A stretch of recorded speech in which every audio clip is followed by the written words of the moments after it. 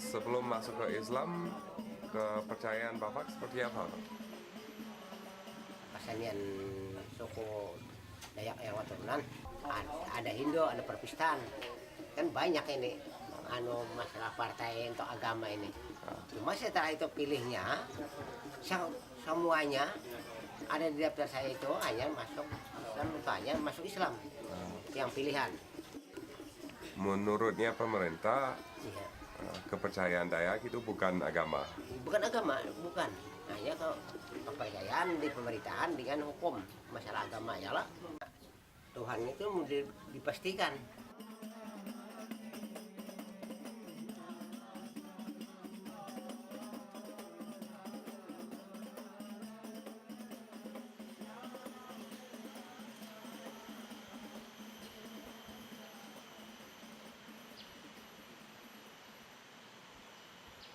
Budaya lama tuh ceritanya aja, namun sudah sini 100% orangnya Islam dan agamis.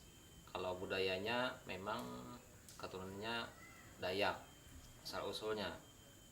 Setelah itu mungkin dari keturunan kakek saya masih ada orang Dayak. Kalau dari ayah ibu udah nggak ada lagi kan, sudah Islam kan. Kemudian kepercayaannya pun juga nggak ada lagi yang meneruskan kepercayaan zaman Dayak itu. Kalau percaya upacara nggak ada lagi, sudah habis dimusnahkan upacara, masalah keislaman aja.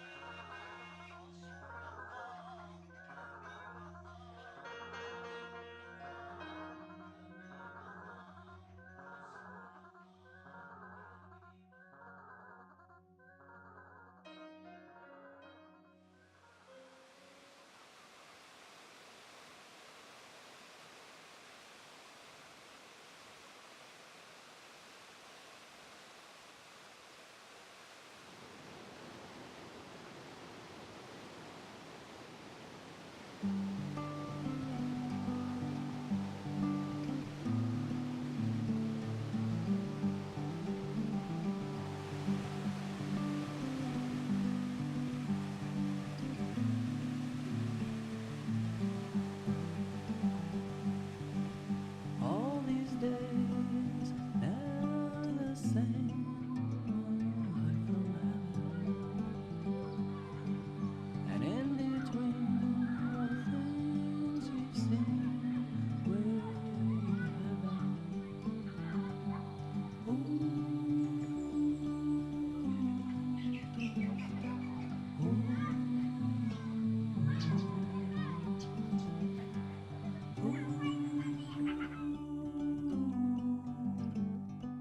Kalau kita dari sana sama juga bentuknya gunungnya itu. Kalau dari sini ya sama bentuknya, melihat sama kita. Jadi tahu semua, yang di sini tahu, yang di sini tahu, yang di belakang tahu. Hanya kepalanya yang tujuh melihat. Sleep hand in hand in your heaven.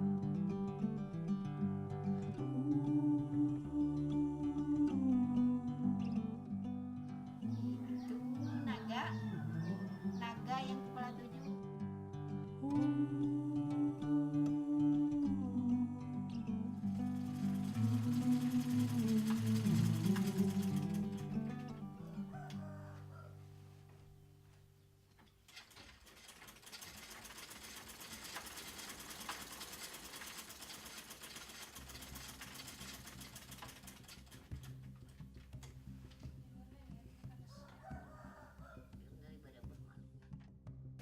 Rasmi Belanda nikah itu timbul pulang Belanda bujur.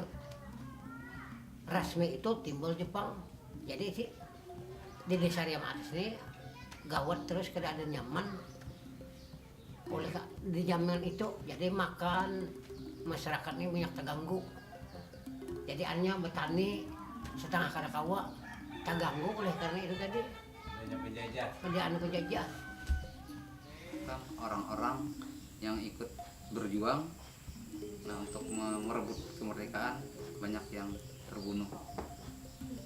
Kalau sudah resmi itu Jepang pulang, timbul pulang gerombolan. Gawat lagi.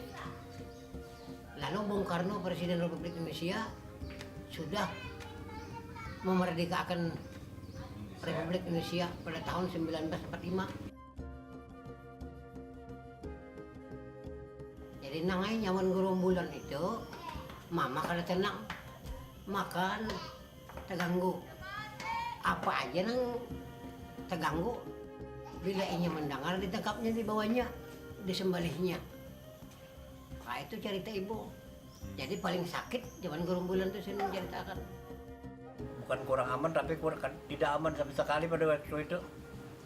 Nah, setelah adanya merdeka, orang-orang yang bekas berjuang artinya sampai mati macam sebagainya itu tidak ada penghargaan sama sekali dari pemerintah itu pada waktu itu. Itulah artinya masalah kuncinya itu.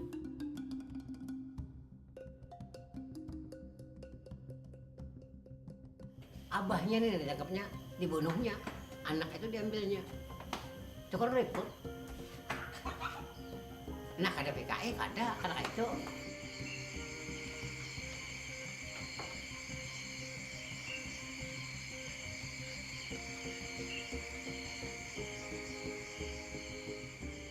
Waktu sekolah sampai-sampai guru itu dibunuh oleh Ansor karena dia itu adalah PKI. Gurunya nih PKI, kan tahu kan, anak-anak murid mana tahu ada guru itu PKI. PKI itu maling. Ini orang mencuri, dikejar maling nggak mau berhenti. PKI ya berhenti langsung. Aku maling aja, nggak PKI. Nah, Iya. jadi kan lebih kejam daripada yang lain-lain namanya PKI. Dia takut ke PKI dibunuh. Ini potong lehernya. Waktu tahun 1964,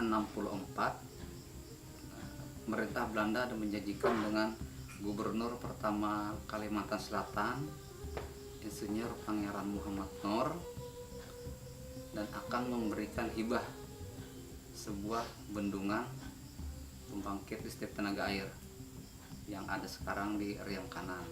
Tahun 1973 diresmikan oleh Presiden Soeharto.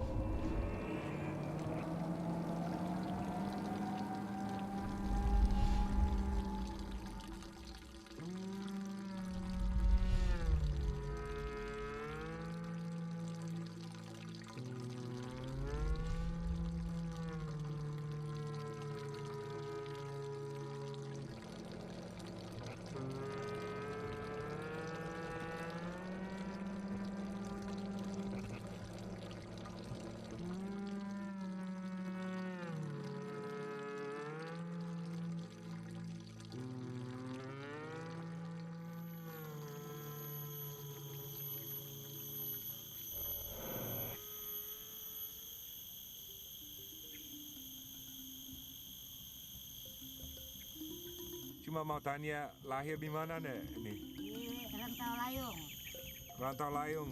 Di mana itu, Nek? di dalam.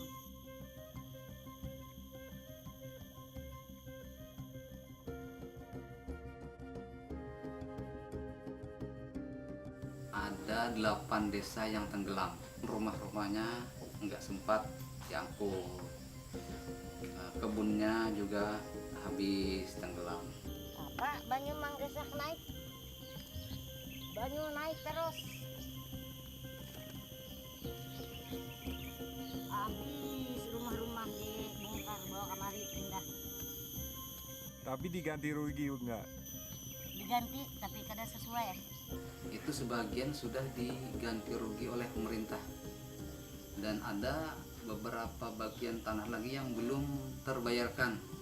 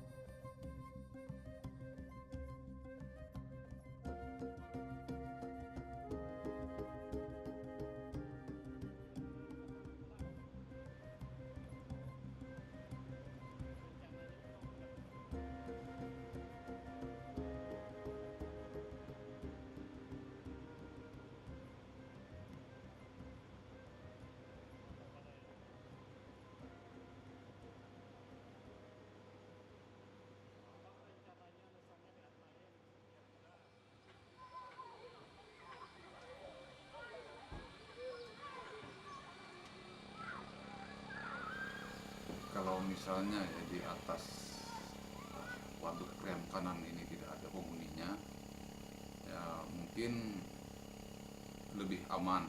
Pertama, waduknya sendiri tidak ada gangguan dengan kedangkalan-kedangkalan sungai.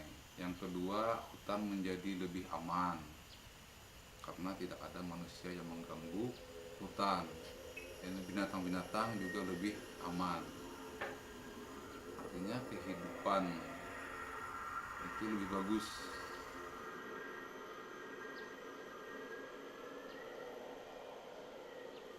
Proyek penghijauan ini dilaksanakan pada tahun 1977. Tujuan mereka hanyalah untuk menghijaukan lahan yang sudah gundul. Proyek ini 80% tidak berhasil. Nah, kenapa tidak berhasil? Karena tidak ditangani dengan serius. Setelah ditanam, ditinggalkan, tidak dipelihara, kemudian pada sampai musim kemarau terjadilah kebakaran. Nah, kemudian dampak dari penghijauan yang telah dilaksanakan artinya bukan untuk menyimpan air yang di dalam tanah, justru mengeringkan beberapa sungai.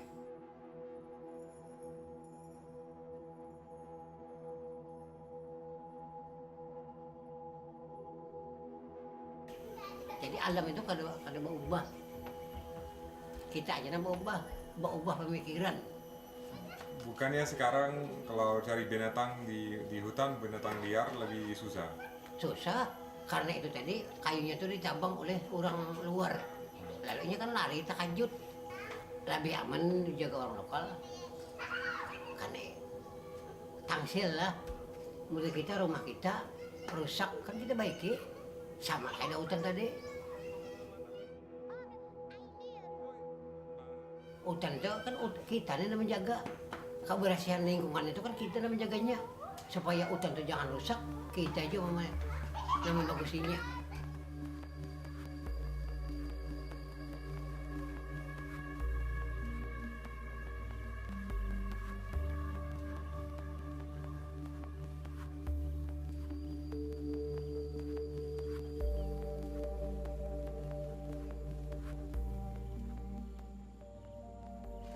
Asal nenek moyang kita tadi menunggul dulunya di situ.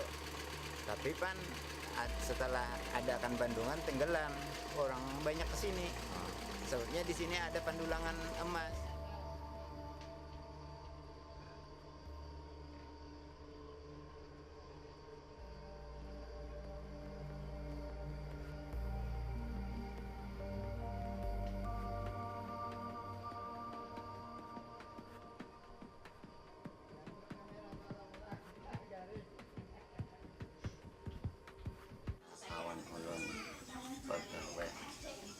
Zaman dulang emas menggali tanah sekitar 75 meter.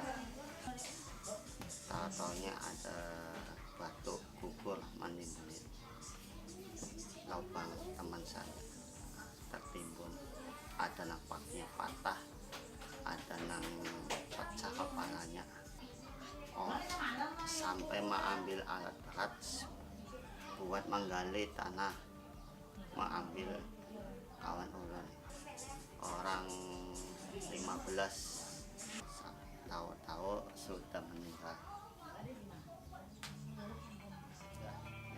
Sudah terbiasa kalau kerja pendulangan emas, sudah terbiasa banyak longsor tanah, nggak ada nang wani perubahan hartawan sampai ke situ. Soalnya situ hukum rimba, polisi aja abri aja kadang bisa ada aman, hukumnya hukum rimba. Hari-hari ada juga nang sampai lagi sampai pematian, hampir setiap hari.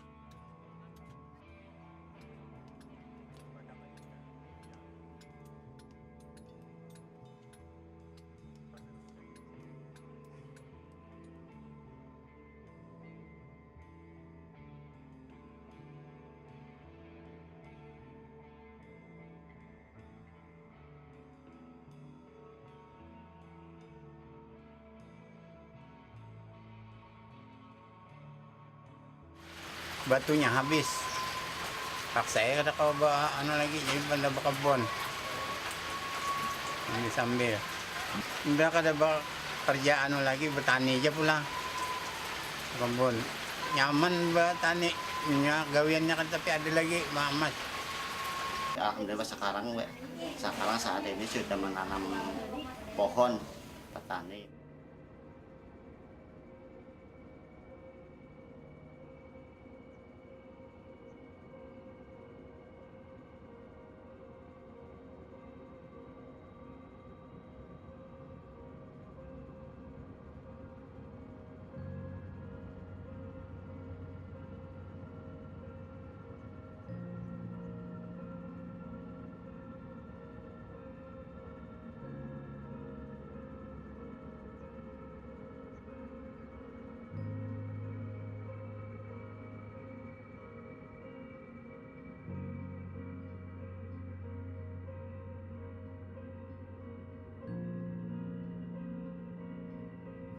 Pekerjaan petani, tani aja. Status masyarakat di sini petani manual sehari-hari, cocok tani.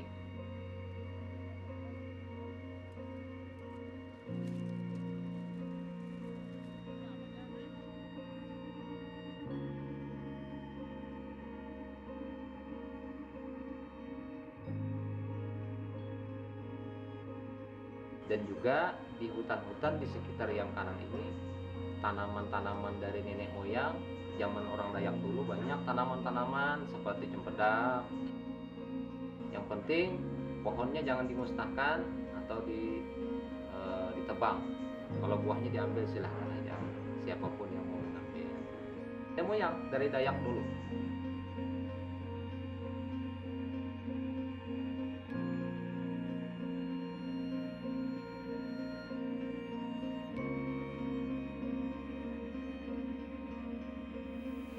Masyarakat ini tani, tapi tani jangan sembarangan. Tanpa ada orang tani nggak makan itu yang kerja-kerja di kantor itu. Mau makan apa dia? Nah, justru yang sebetulnya itu orang tani ini yang benar-benar dihimbau, dipimpin, dipupuk. Karena dari anak segini sampai jadi jenderal itu tanpa ada orang tani nggak bisa makan nih.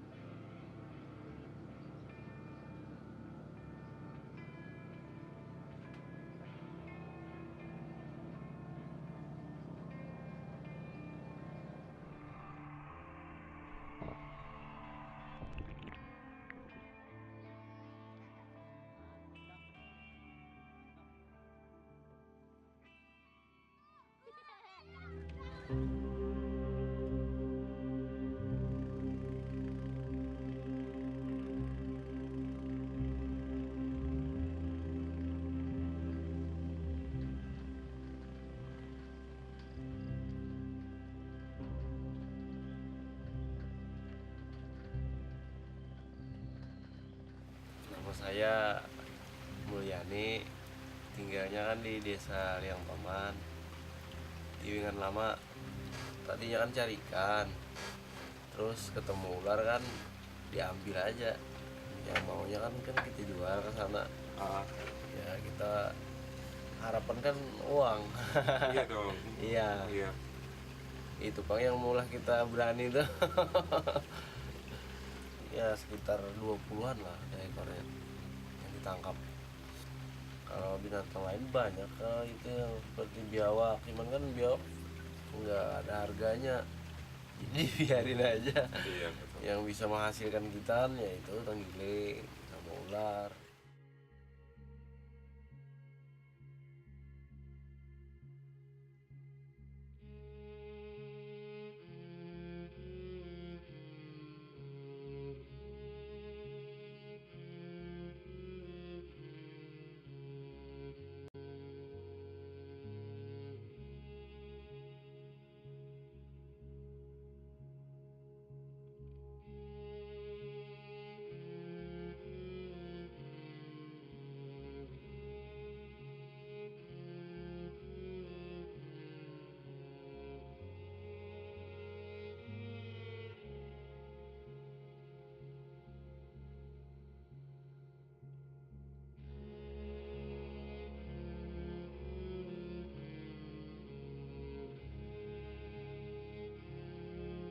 Terus apa nama kampung ini?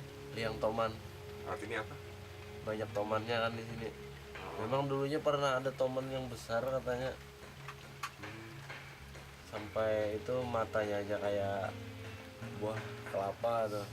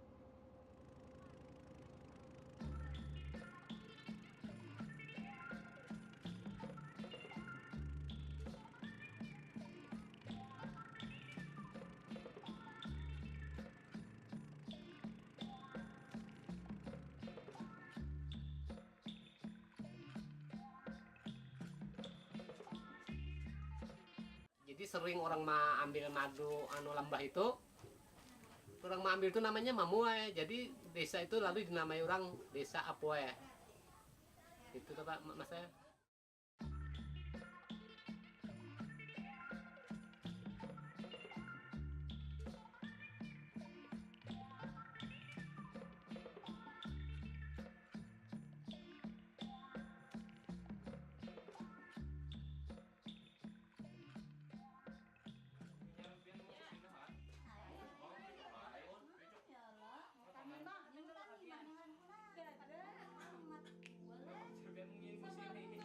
Kalau nggak ditawar, ya bisa sakit. Walaupun ke rumah sakit nggak bisa tertolong. Kasih itu airnya air dari ayat-ayat Al-Quran. Kita yang mengucapkannya itu menawarkan air, misalnya air di gelas.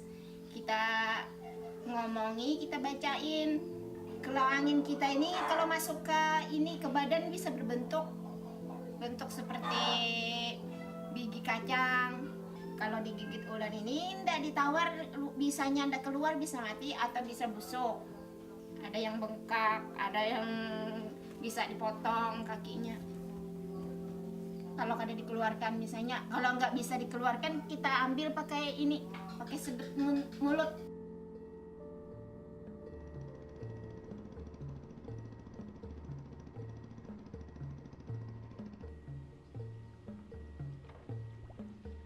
Di air terjun situ ada orang yang penunggu air terjun itu seperti kita ini juga, seperti manusia ini juga, tapi nggak kelihatan.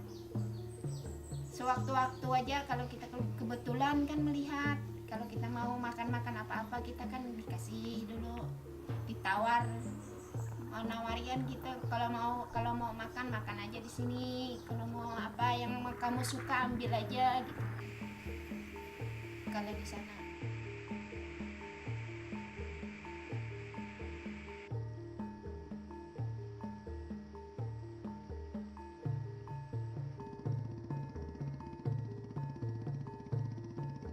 Rambutnya di kesini, pakai bajunya kayak gini. Ada yang laki-laki pakai baju putih-putih. Kayak gitu di situ. Seperti kita ini juga. Kalau orang halus.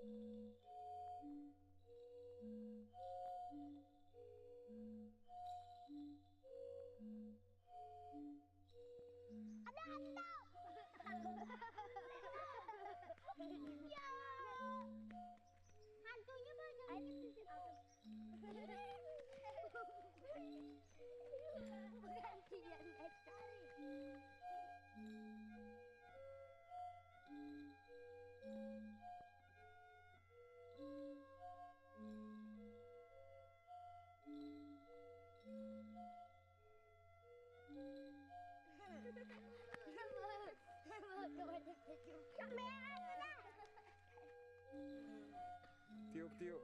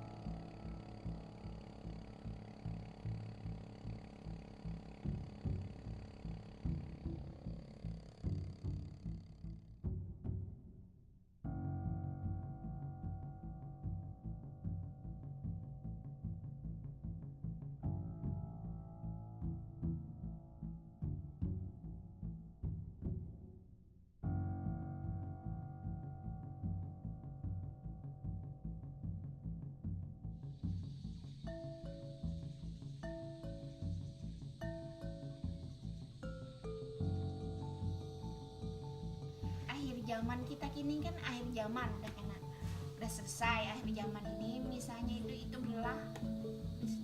Kalau itu misalnya belah itu udah agak ada lagi dunia ini.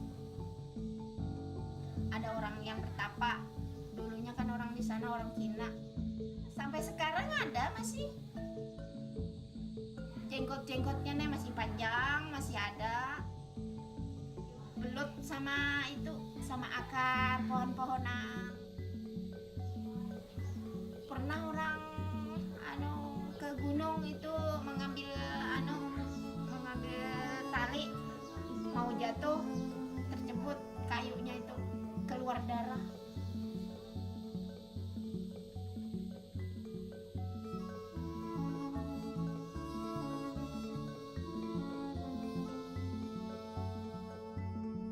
Ada kayu itu nangis orang bari, jadi seakan orang Tuhannya mana nangis, ada bayi-bayi ada dalam hutan, jalan diperiksa diam tuh, sekalinya ulin nangis jauh-jauhan airnya, ada gambarnya seperti gambar, ada kupingnya, ada matanya, ada hidungnya, ada muntungnya.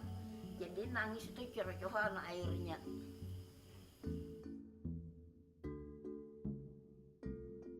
Lagi belum jatuh ulinnya, wah ini sudah jatuh.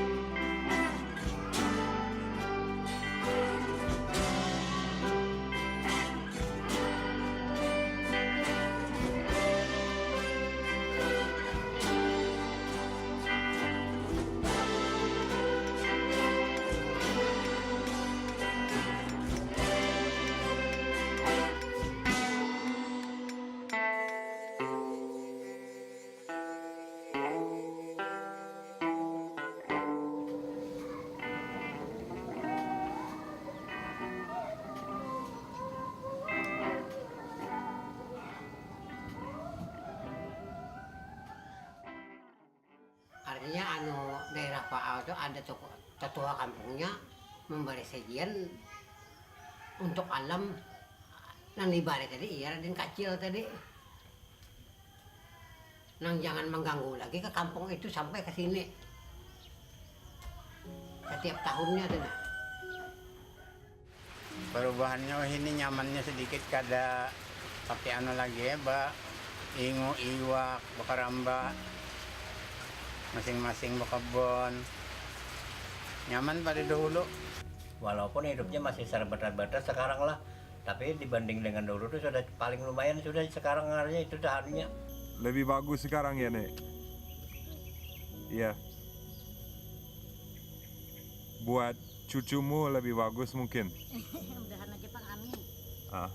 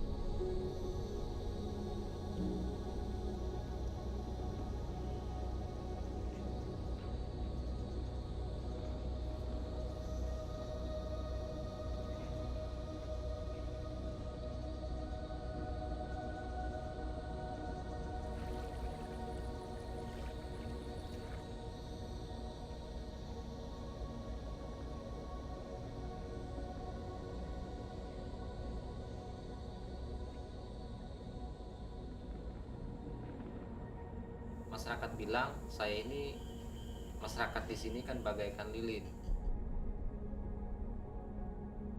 Terus dia dibakar, dia yang terbakar, yang terangnya orang. Ya seperti itulah nasib masyarakat Riam Kanan secara umum.